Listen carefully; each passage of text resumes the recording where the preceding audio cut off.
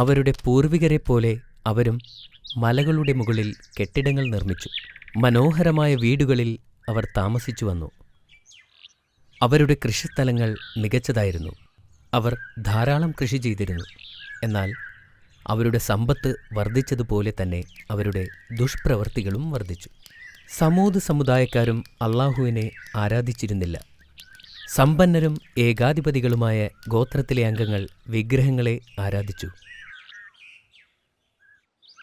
ആ കാലഘട്ടത്തിലായിരുന്നു സ്വാലിഹ് നബി ജീവിച്ചിരുന്നത്. അവൻ വളരെ നല്ലവനും ജ്ഞാനിയുമായ ഒരു വ്യക്തിയായിരുന്നു. ജനങ്ങൾ അദ്ദേഹത്തെ സ്നേഹിക്കുകയും അവൻ്റെ അത്ഭുതകരമായ ഗുണങ്ങളെ ആരാധിക്കുകയും ചെയ്തു. സമൂദ് സമുദായക്കാരും അവരുടെ പൂർവികരെപ്പോലെ വിഗ്രഹാരാധനയിൽ മുഴുകി. പ്രവാചകൻ ഇത് തിരിച്ചറിഞ്ഞു. അവരെ തിരുത്താൻ ശ്രമിച്ചു. ഗോത്രത്തലവന്മാർ ദുഷ്ടന്മാരും മോശമായവരുമാണെന്ന് സ്വാലിഹ് നബിക്ക് അറിയാമായിരുന്നു. അള്ളാഹുവിനെ ആരാധിക്കുന്നവരെ അവർ ശിക്ഷിച്ചു.